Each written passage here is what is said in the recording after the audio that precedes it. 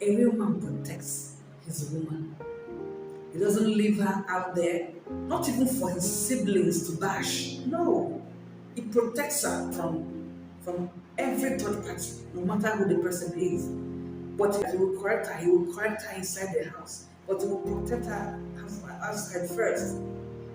Boys, they leave you for every tongue they can hire to bash and deal with and talk to anyhow. They will allow people to come into the house and talk to anyhow. They don't protect their women. Those are boys.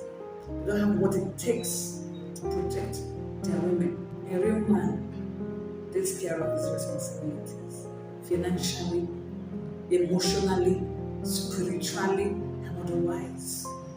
A real man leads prayer in his home, not the one that will lie down and snore and say, "Oh, my wife is a prayer warrior, let her pray," and then he doesn't pray. A real man leads emotionally. When the wife has a breakdown, he doesn't join her and break and have an emotional meltdown too, and two of them will be venting. He calms her down. He's mature enough to know there's something bothering this woman. He finds out what it is, takes care of it, and everybody is happy. I'm not saying that if your wife is earning more than you, or at any particular point in time, you stop earning due to the challenges of life, that you're no longer a real man. No. When it happens, we know that that's what happened. Not that that's your perpetual state. There are some men who don't want to do anything. I've seen several of them. They don't contribute to the house. Their wife does everything.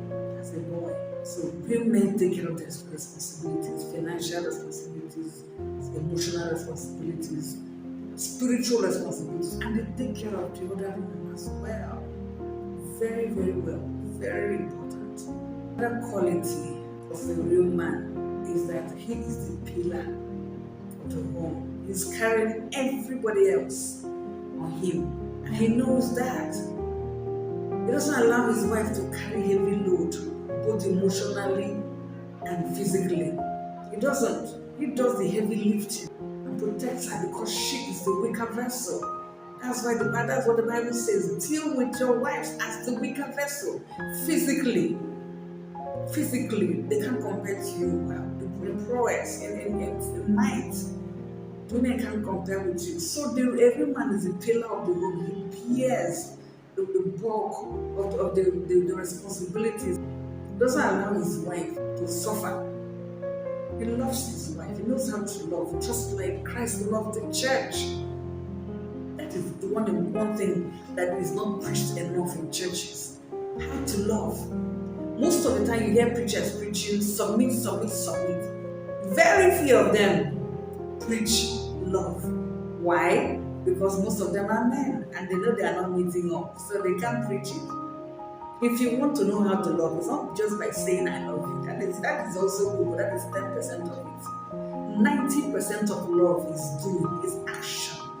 You show your love by what you do. How does Christ love the church? Christ died for the church. He sacrificed for your wife, sacrificed for the family. Christ loved the church unconditionally. Christ loved us even before we met him, even before we gave our lives to him. He died first, loved us, and then he encountered us and we submitted. That's why Christ loved the church. Christ does not control the church. Christ speaks to the church. Christ talks to the church.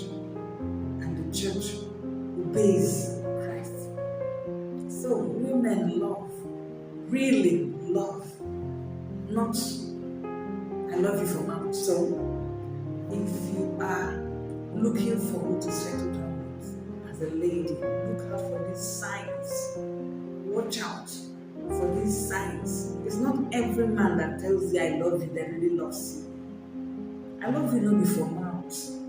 It is something you do. Relate with the person. Talk with the person. Give it time.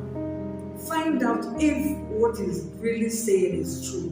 Whether he really means it. Find out if he's God-fearing, which is number one. Especially if you're a born-again child of God. You can't afford to marry anybody because they will mess you up. They will mess up your destiny. And some people have lost their lives. Too many to be counted. less of these men. So you need to be very, very careful, ladies.